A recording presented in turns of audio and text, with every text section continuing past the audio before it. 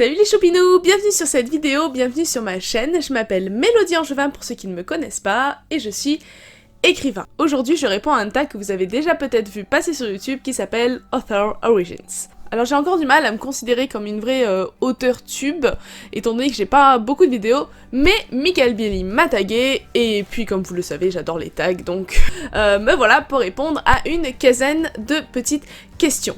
Sinon, vous pouvez retrouver ce tag chez d'autres auteurs, donc Michael Bieli, mais aussi Christelle Lebailly, Margot Dessène ou Noémie Bourgois. Et donc du coup, je vais pas perdre de temps parce que je sens que je vais beaucoup blablater, donc c'est parti pour la première question. Backstory. Quand et pourquoi as-tu commencé à écrire? Quel âge avais-tu? Dans quel genre as-tu commencé à écrire? Alors, je pense que tout a commencé quand on a eu notre premier ordinateur de famille, qui était un vieil ordinateur avec écran cathodique, les touches qui font du bruit, le vieux Windows 98. Et à l'époque, on n'avait pas internet dessus, donc en fait, ce sorte d'ordinateur, à part le solitaire et le traitement de texte, il y avait rien du tout pour s'amuser finalement. Et du coup, j'ai ouvert un traitement de texte et j'ai commencé à écrire une histoire. C'était ma toute première histoire, mon tout premier roman. J'avais environ 9 ans, il me semble, à l'époque, par là, 9-10 ans. Et le genre dans lequel j'écrivais, c'était de la fantasy et encore de la fantasy. Protagoniste. Comment était ton premier personnage principal? Comment tes goûts, muses, ont évolué depuis? Alors... là, c'est la honte. C'est la honte parce que je vais devoir vous parler de mon tout premier roman. Et je crois que j'en ai jamais parlé de ce roman, mais mon premier personnage principal s'appelait Boiloug. C'était un narin qui était une espèce de race qui était plus petite que les hommes. C'était en fait des demi-hommes. Oui, on est d'accord, il leur manquait plus que les poils sur les pieds. Et ce pauvre Boiloug était tranquillement assis chez lui quand soudain il voit débarquer toute une troupe d'inconnus avec des elfes bleus, des magiciens, des nains qui voulaient l'emmener avec lui pour une aventure et combattre un méchant. Non, je me suis pas du tout inspirée du premier chapitre de Bilbo le Hobbit qui s'appelle Une réception inattendue. Mon premier roman était un parfait remake du Seigneur des Anneaux. Et le pire, c'est que je ne m'en rendais pas compte. Et attention, attention, attention, ça s'appelait L'aventure du groupe. Pourquoi? Pourquoi ce titre? Le pire, c'est que pour moi, c'était pas un titre provisoire ou quoi que ce soit. C'était vraiment, ça s'appelait comme ça. Hein. J'avais fait un espèce de logo du titre, je le collais partout. Enfin bref, je m'étais fait une couverture. J'étais vraiment à fond. Hein. C'était mon premier roman. J'y tenais beaucoup. D'ailleurs, j'avais écrit 24 ou 26 chapitres, un truc comme ça. Alors, on est d'accord que les chapitres étaient très court, il faisait genre 2 pages à 4 avec tellement de dialogue que ça allait à la ligne toutes les 2 phrases. Je me rappelle aussi que c'était en police Jiffy, le truc illisible, et tout était enregistré sur une disquette qui a bugué au milieu de l'écriture et qui du coup m'a complètement démoralisée, et c'est pour ça que j'ai arrêté d'écrire ce roman. C'est même pas parce qu'il me plaisait plus ou quoi que ce soit, c'est vraiment parce que j'avais perdu toutes mes données et ça a été une catastrophe. En vrai, je regrette aujourd'hui de pas l'avoir, cette disquette, pour revoir un peu à quel point c'était nul. Antagoniste. Quel est le pire conseil d'écriture ou commentaire que tu aies reçu? À quoi ressemblait ton premier échec ou ta première perte de confiance? Elle est dure cette question. Alors, je crois que le pire conseil d'écriture que j'ai reçu, c'est le fait qu'on ne peut pas écrire une histoire tant qu'on ne lit pas beaucoup.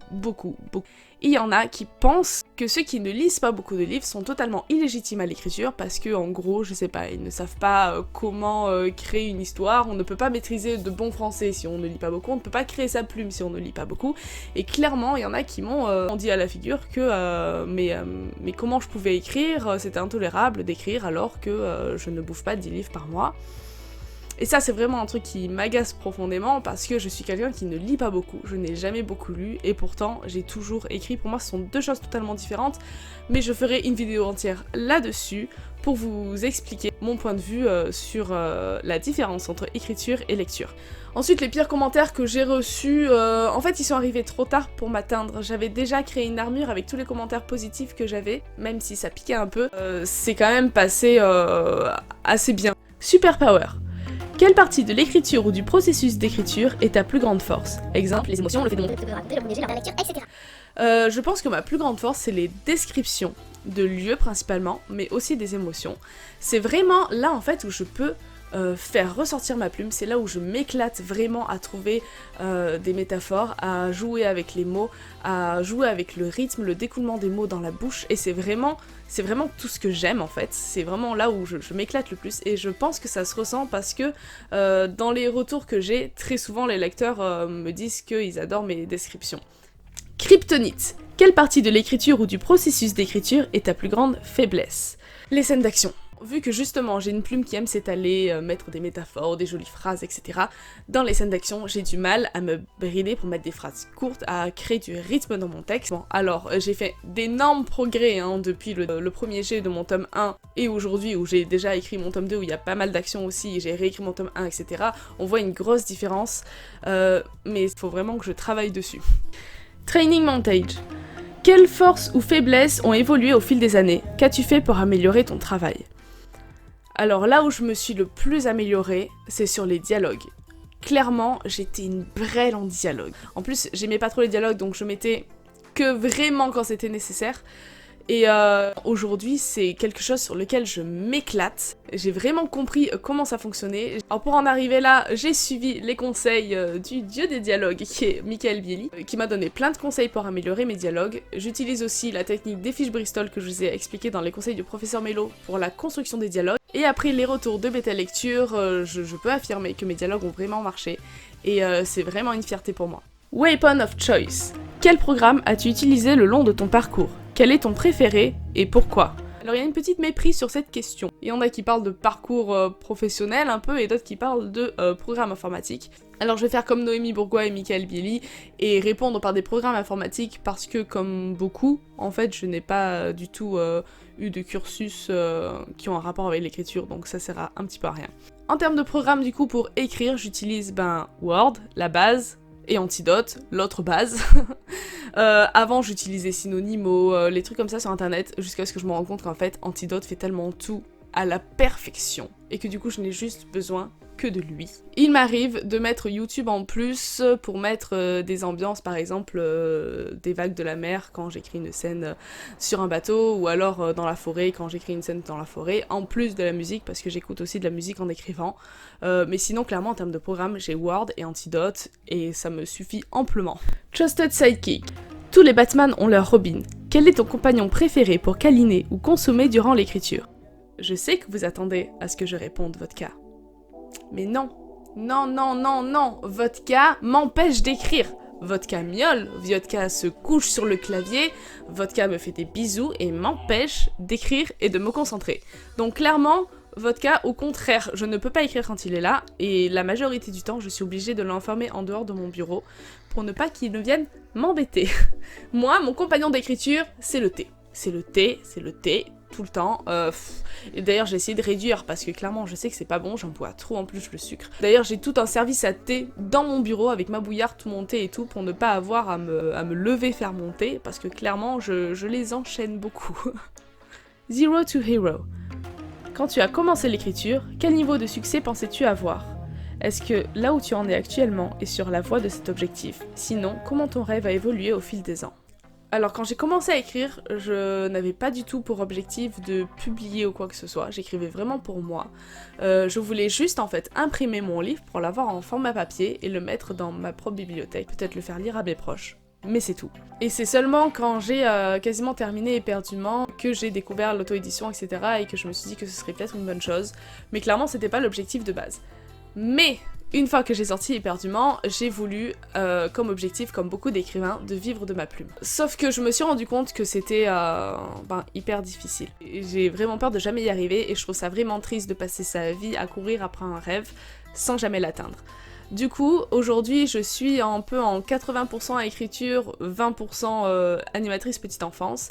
Et le but, en fait, c'est juste de pouvoir gagner assez avec ma plume pour pouvoir garder une balance où l'écriture serait plus présente dans ma vie que mon autre métier. Après, si je dois passer en 60-40 dans l'autre sens, c'est pas bien grave, du moment que il me faut un pourcentage de temps sur l'écriture, parce que clairement, je ne pourrais pas m'en passer, je ne pourrais pas arrêter de toute façon, et je ne veux plus jamais travailler en 35 heures, parce que je peux pas juste me contenter d'1 heure d'écriture par soir, c'est pas possible. Alors évidemment, si j'arrive à 100% écriture, 0% pour le reste, ce serait vraiment parfait. Mais j'ai conscience que pour ça, il faut sortir plusieurs livres, faire beaucoup de communication, etc.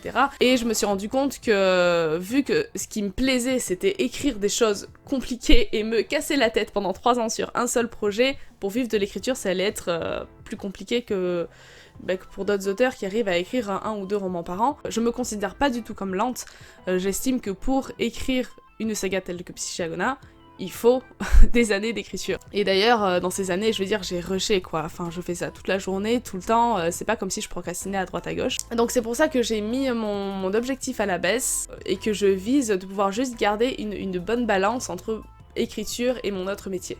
Du coup, est-ce que j'en suis de mon objectif? Là, je mise tout sur Psychagona pour essayer de voir si j'arrive à garder l'équilibre de la balance ou si je vais devoir travailler un peu plus en crèche et réduire le temps d'écriture.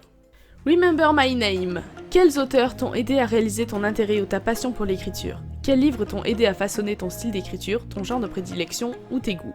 Alors comme je disais tout à l'heure, je suis pas quelqu'un qui lit beaucoup, à part les grandes sagas comme Harry Potter, Twilight, Le Seigneur des Anneaux et Willan. Concrètement, je lis très très peu. Et du coup, à la question « Quels livres t'ont aidé à façonner ton style d'écriture ?» Vraiment, c'est un mystère. Vraiment, c'est un mystère parce que, en plus, c'est pas comme si ma plume ressemblait un peu à du J.K. Rowling ou à du Pierre Bottero. Pas du tout, même. On est même à l'opposé de ça. Et je ne sais pas du tout, en fait, d'où vient ma plume. C'est un vrai mystère. Je pourrais vous dire que mes scénarios, mes personnages, etc. sont influencés par des films, des musiques, des choses comme ça. Mais concrètement, mon style d'écriture, ma plume, je ne sais vraiment pas d'où elle vient, pour le coup. Mais du coup, pour l'auteur qui m'a aidé à être écrivain, en fait, concrètement, c'est Michael Bieli.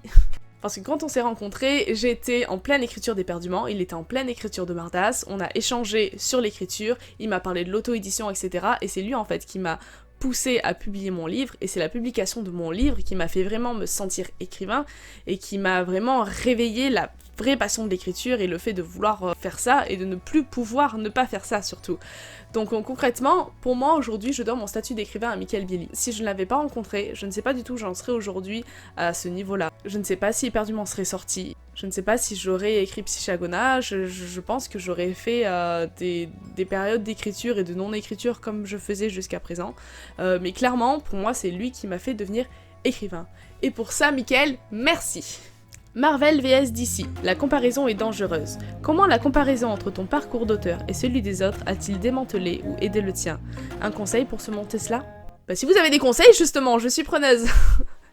Parce que concrètement, oui, la comparaison est dangereuse et vraiment c'est quelque chose qui peut me rendre très mal. Je vous avoue que quand je vois des auteurs sur Instagram qui réussissent alors que j'ai pas l'impression qu'ils font tant d'efforts que ça sur leur com, c'est pas vraiment de la jalousie mais c'est plus une forme d'injustice en fait parce que j'ai l'impression de donner corps et âme à tout mon bouquin. Je travaille 45 heures par semaine, maintenant que je compte mes heures je peux le dire, et j'ai l'impression que ça sert à rien. J'ai l'impression que ça sert à rien alors qu'il y en a qui réussissent, alors que je sais qu'ils ont mis moins de temps sur leur roman, donc quelque part, à part me désabonner de ces comptes et justement essayer de ne pas y faire attention et de bien me concentrer sur moi et mon parcours, je ne sais pas trop quoi faire d'autre. The Obligatory Love Interest. En repensant à tes premiers projets, quel genre as-tu appris à aimer et à détester écrire? Alors, comme je vous ai dit tout à l'heure, j'ai écrit beaucoup de fantasy au tout début, mais après j'ai aussi fait beaucoup de fantastique, de SF aussi, et de contemporain. Et bizarrement, après avoir écrit Éperdument, je me suis rendu compte que, en fait, le contemporain n'était pas fait pour moi. Alors j'ai adoré écrire cette histoire, mais je pense que c'était plus parce que j'imitais beaucoup de mon histoire dedans, et donc du coup ça m'a servi un petit peu de thérapie. Mais concrètement, aujourd'hui, je n'écrirai plus de contemporain qui se passe dans notre monde. J'ai besoin de créer, j'ai besoin de magie, j'ai besoin de, je sais pas, de grandiose. Et en fait, du coup, notre monde d'aujourd'hui contemporain ne me satisfait plus. J'ai besoin de plus, j'ai besoin de beaucoup plus même. Arc Nemesis. Quelles sont les excuses les plus courantes que tu te donnes à toi-même ou les forces extérieures que tu as surmontées qui t'empêchent ou t'ont empêché d'écrire ou détruisent ta confiance? En fait, moi, j'ai mon moral qui fait haut, bas, haut, bas. Je ne connais pas de juste milieu. Heureusement, la majorité du temps, je suis en haut, mais de temps en temps, je fais une chute libre et je m'écrase au sol. Et là, je me répète en boucle, mais ça sert à rien ce que tu fais, de toute façon c'est nul, personne n'ira ça, à quoi ça sert, t'y arriveras jamais. Enfin voilà, ce genre de truc. Et là concrètement, ben, je suis bloquée, je ne peux plus écrire, je ne peux plus rien faire en fait, si ce n'est me caler sous ma couette et regarder une série. Et je culpabilise de pas avancer, alors que je sais très bien que de toute façon ça va durer 3 jours et après je vais être relancée. Je le dis d'ailleurs, il y a mes amis qui essaient de me remonter le moral à ce moment-là, je leur dis non mais t'inquiète, je sais, enfin ça sert à rien de me dire quoi que ce soit, de toute façon on peut pas me raisonner quand je suis comme ça, et je sais que dans 2 jours ça ira mieux. Mais en attendant, voilà. Superhero name. Quand tu as commencé, as-tu pensé à utiliser un nom de plume? Si tu utilises un nom de plume actuellement, pourquoi en avoir? Sinon, pourquoi as-tu pris ton vrai nom? Je n'ai jamais pensé à utiliser un nom de plume pour la simple et bonne raison que j'aime porter ce nom en tant qu'auteur. J'ai grandi dans une famille d'artistes et en fait pour moi porter le nom Angevin en tant qu'artiste c'est vraiment important pour moi. J'ai envie d'être ralliée à la famille Angevin où il y a plein d'artistes dedans. On a des auteurs, compositeurs, interprètes, on a des rappeurs, des écrivains, des peintres, on a plein de choses. Et pour moi c'était hyper important de rattacher ce nom de famille à mon art parce que clairement c'est ma famille qui m'a fait évoluer dans ce sens-là et qui fait ce que je suis aujourd'hui. Et choisir un nom de plume ça aurait été justement couper ce lien avec ma famille et c'était juste pas possible. En plus j'ai l'impression que quand on prend un nom de plume c'est pour justement séparer sa vie d'écrivain et sa vie personnelle, mais moi concrètement les deux sont plus que liés. Ma vie personnelle c'est ma vie d'écrivain, je fais ça jour et nuit, toute ma vie tourne autour de l'écriture, donc en fait si j'avais séparé ma vie personnelle avec un pseudonyme, bah du coup mon pseudonyme existerait et mes mélodies Angevin n'existeraient plus. Avengers Assemble. Tag tes auteurs préférés pour qu'ils fassent sur leur propre chaîne. Alors on va avoir un problème, c'est que tous les auteurs que je suis sur YouTube ont déjà fait le tag. Donc du coup, comment vous dire, si vous passez par là et que vous trouvez le tag cool, allez-y, prenez-le. Mettez en commentaire votre chaîne YouTube pour que je puisse aller faire un petit tour. Et éventuellement voir ce tag du coup. Sur ce, je vous fais plein de bisous, j'espère que la vidéo sera pas trop longue, parce que j'ai beaucoup blablaté quand même. Je vous dis à très bientôt sur ma chaîne, sur le compte Insta, et pour les conseils du professeur Mélo. Des bisous!